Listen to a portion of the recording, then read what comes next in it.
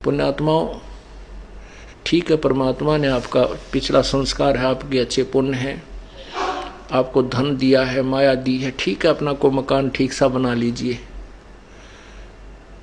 आधुनिक सुविधाएं भी प्राप्त कर लीजिए, आवश्यकता अनुसार, ज़्यादा नहीं।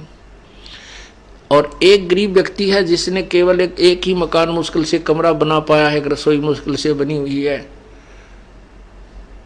और एक ऐसा है कि जिसने एक एकड़ में कोठी बना रखी है और 2 और 3 4 मंजिल की भी, पता नहीं कितने मंजिलों की बना रखी है, लिफ्ट लगा रखी है, पता नहीं कितनी सुविधाएं उपलब्ध हैं। तो परमात्मा कहते हैं कि जो वो गरीब व्यक्ति जिसकी मकान की छत छान वो भी टूटी हुई हो, लेकिन वो भक्ति करता हो, वो परमात्मा को प्यारा है। और वो सुंदर महल में रहने वाला जो भक्ति नहीं करता, वो व्यक्ति अपना जीवन व्यर्थ कर रहा है।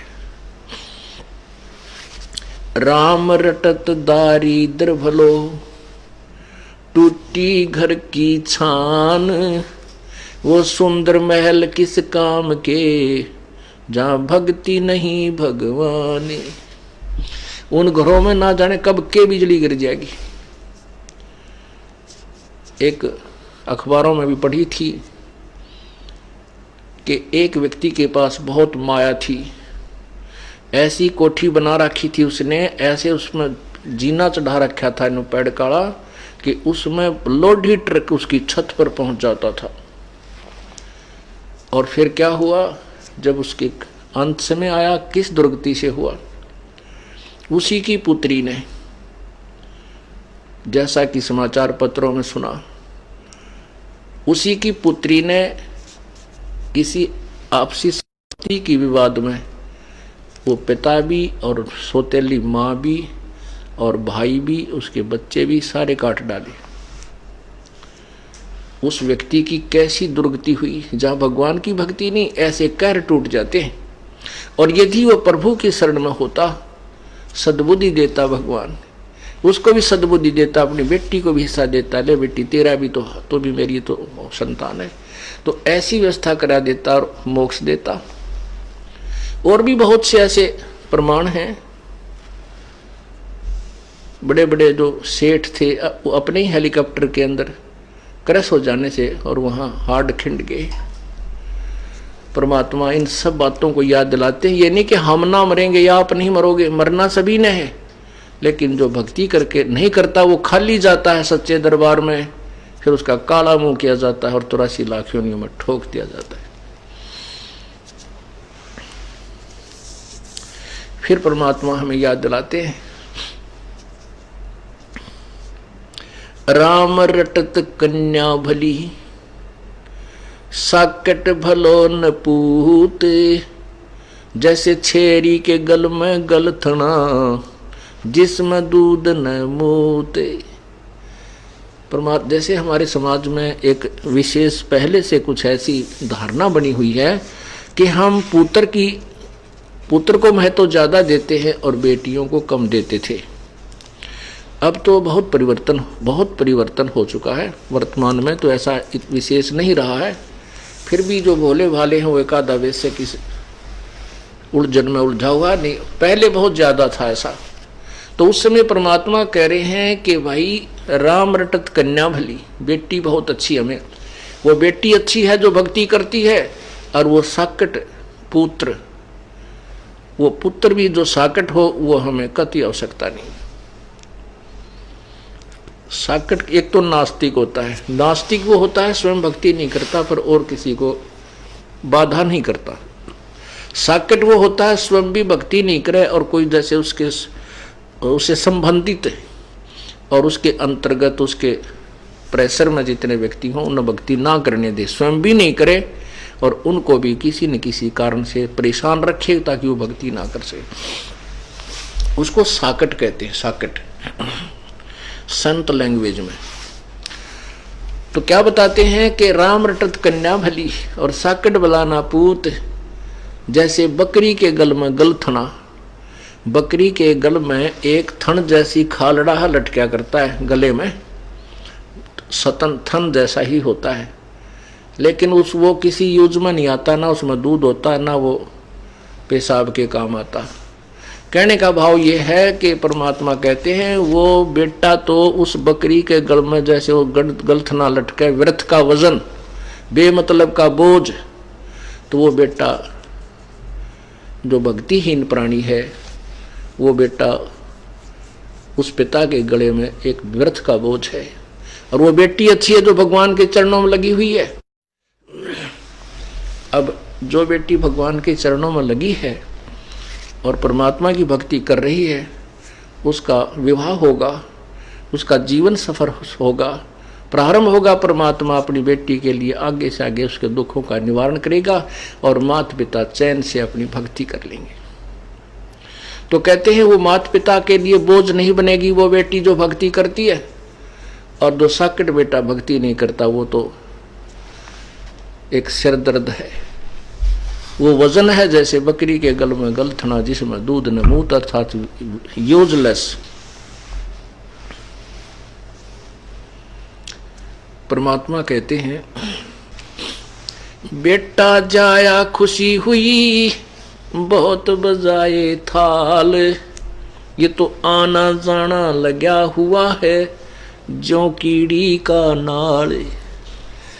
अब जैसे राजा लोगों के यहाँ, पैसे वालों के यहाँ पुत्र उत्पन्न होता था तो खुशी मनाते थे बाजे बैंड बजा के, और गरीब व्यक्ति ने पुत्र होने की खुशी मनाने का तरीका ढूंढ रखा कि थाली बजाया करते थे,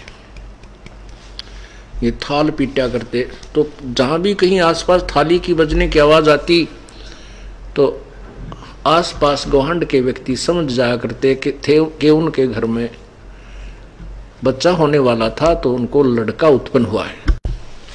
ये थाली बजाना लड़का उत्पन्न होने की पहचान होती थी। तो परमात्मा कहते हैं बेटा जाया खुशी हुई बहुत बजाए थाल, ये तो आना जाना लगा हुआ है जो कीड़ी का नाड़े। 1 लाख जा रहे हैं, 1.25 लाख जन्म लेने के लिए आ रहे हैं, 1 लाख मर के जा रहे हैं, 1.25 लाख जन्म उत्पत्ति के लिए भागे आ रहे हैं, अलग अलग माताओं के गर्भ में प्रवेश कर रहे हैं। अब परमात्मा याद दिलाते हैं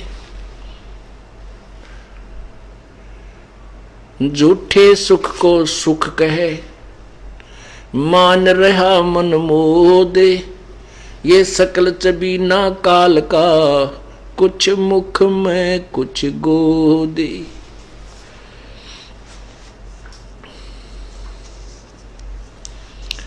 इस झूठे सुख को सुख कहे और ये खुशी मान रहा है ना, ये अनजान मन, ये तो सकल चबीना, चबीना माने आहार, ये सकल चबीना काल का कुछ मुख में कुछ गोद। 1 लाख तो मुख में जा लिए आज, और बाकी जो बचे हुए इनको गोदी में, गोदी मीन उनको पाल पोस रहा है, उनको खिला रहा है, प्रसन्न कर रहा है, और फिर समय आने पर उनको भी खा जाएगा। परमात्मा कैसा एग्जाम्पल दे रहे हैं। पतझड़ आवत देख कर, पतझड़ आवत देख कर बन रोवे मन माही, वो ऊंची डारी पात थे अब पीले हो जाही। अब क्या बताता है परमात्मा, क्या बताना चाहते हैं कि भोली आत्माओं, आप यहाँ स्थिर नहीं हो, ये आपका मकान नहीं, आपका घर नहीं है, आपका ठिकाना नहीं है, ये लोक आपका नहीं है। आज यहाँ जन्मे हो, मृत्यु होगी, ना जाने कहाँ नरक में डाले जाओगे। कोई पुण्य है उनको स्वर्ग में रखा जाएगा, और पुण्य स्वर्ग में समाप्त होते ही आपको तुरंत नरक में डाल दिया जाएगा। नरक का पीरियड समाप्त होते तुरंत आपको चलता कर दिया जाएगा यहाँ 84 लाख योनियों। ऐसे ही मरते रहोगे, आते रहोगे, जाते रहोगे। इसलिए बताया है कि जैसे पतझड़ अब आएगी, आ चुकी है, अब क्या होगा कि पहले वाले पत्ते पीले पीले होकर के टूट टूट कर गिर जाएंगे और तुरंत ही नई कोपल फूट आएंगी और कुछ दिनों में वो पत्ते का रूप धारण करके हवा में ऐसे लहला रही होंगी। और 1 वर्ष तक वो मस्ती मार लेंगी, फटफट फटफट कर लेंगे। 1 वर्ष के हो सकता बीच में टूट जाए, दीते तूफान आ जाए तो वृक्ष ही गिर जाए, वो तो अलग से है। लेकिन ज्यादा से ज्यादा उनकी आयु कहते हैं 1 वर्ष के बाद वो जो अब मस्ती मार रहे हैं वो पीले होकर गिर जाएंगे। ये आप जी को हमें समझाने के लिए प्रभु ये हमें एग्जाम्पल दे रहे हैं। क्या बताते हैं? साथी हमारे चले गए, साथी हमारे चले गए, हम भी चलनहार, कोई कागज में बाकी रह रही, तात लगी है वार। परमात्मा हमें बताते हैं कि आपके जो पहले कोई मित्र, रिश्तेदार, भाई बहन या माता पिता, दादा दादी आपके साथ रहा करते, वो चले गए।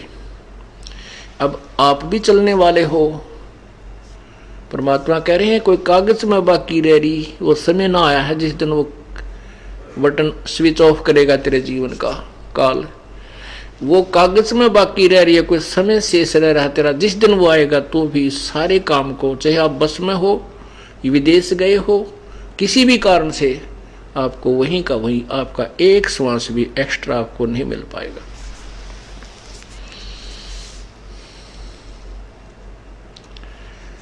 इसलिए प्रभु को मत भूल। हम यदि परमात्मा के चरणों में लगे रहेंगे, उस परमेश्वर की शरण में सच्चे मंत्र का सच्चे ढंग से लगे रहेंगे, जाप करते रहेंगे, तो एक तो ऐसे हमारा परमात्मा हमारे जीवन में वृद्धि करेगा और ऐसी बेमौत नहीं मरेंगे हमारे भक्त, परमात्मा के जो सच्चे भक्त होते हैं। लेकिन जो भक्ति नहीं करते उनके लिए ये शिक्षा उपदेश परमात्मा बता रहे हैं। तो क्या कहते हैं? साथी हमारे चले गए, हम भी चालनहार, कोई कागज में बाकी रह रही, तात लगी है वार। फिर देर को नहीं, जब ये शरीर छूट जाए, प्राण निकल जाएंगे, ये खोखा पड़ा रह जाएगा, कुल के लोग तुरंत इकट्ठे हो जाएंगे और न्यू कहेंगे भाई जल्दी ठाओ, जल्दी ठाओ, जल्दी करो। और कोई लकड़ी ढोने लग जाएगा, कोई कुछ व्यवस्था करने लग जाएगा, और जिसका वो मृत्यु होती है घर में, वो बेचारे बुरा हाल रो रो कर टक्कर मारने लग जाएंगे। तो परमात्मा कहते हैं या फिर कति देर नहीं है, इतने देर है, इतने तेरी या स्विच ऑफ ना होता या मृत्यु ना आती तेरी। फिर क्या बताते हैं?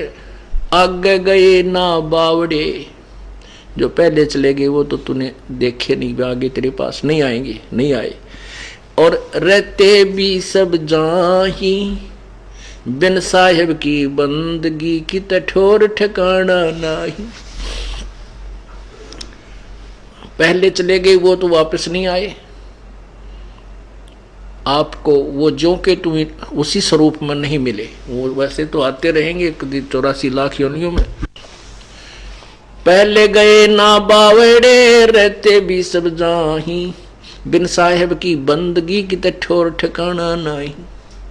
कबीर परमेश्वर की भक्ति बिना जीव की कहीं भी ठिकाना नहीं है। अब यहाँ मनुष्य जीवन में चाहे राजा बना है, मृत्यु जिस दिन समय आएगा वो राजा जो का तो हार्ट अटैक से या किसी अन्य कारणों से तुरंत मृत्यु को प्राप्त हो जाएगा। उसके बाद फिर नरक जाएगा या स्वर्ग जाएगा, जैसे उसके पुण्य होंगे तो वहां स्वर्ग गया, स्वर्ग में समय पूरा होती, ऐसे ही चला चली कर देंगे। चलो फिर नरक में फिर 84 लाख योनियों, कुत्ते की जुनी पाई, कुत्ता मृत्यु हो गया, फिर गधे की पाई, गधे में मृत्यु हुआ, आगे फिर और अन्य प्राणियों में। कहती हैं किते ठिकाना कौन। आज कोठी बनाई है, एक व्यक्ति एक शहर में बहुत बड़ी कोठी बनाई उसने, मेन रोड के ऊपर, और उसमें एक मार्केट टाइप बिल्डिंग बनाई जिसमें सैकड़ों दुकान बनाई, और बना रहा था वो सैकड़ों दुकान। और उसका उद्देश्य था कि ये कम से कम भी 2-4 लाख रुपए डेली का मुझे लाभ देगी, इतना पैसा मेरे जो है ना कमाऊंगा। वो क्या कर रहा था कि आधी बिल्डिंग बन चुकी थी, आधी शेष थी, वहाँ मजदूर जो काम करते थे उनको पैसे दे करके वहीं पटड़ा गाल कर स्नान करने लग गया। गर्मियों के दिन थे,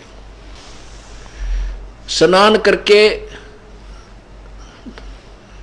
अपना जो है ना तहमंद धोती बांधी थी और बांधते ही हार्ट अटैक हो गया, वहीं का वहीं लुढ़क गया।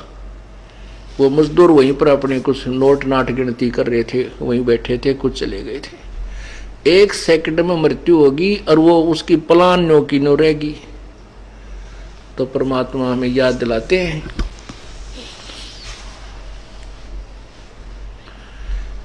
भाई आगे गए ना बावड़े, आगे गए ना बावड़े, रहते भी सब जान, और बिन साहेब की बंदगी कहीं ठोर ठिकाना ना, कितने ठिकाना नहीं तेरा उस परम पिता परमेश्वर कबीर जी की भक्ति बिना।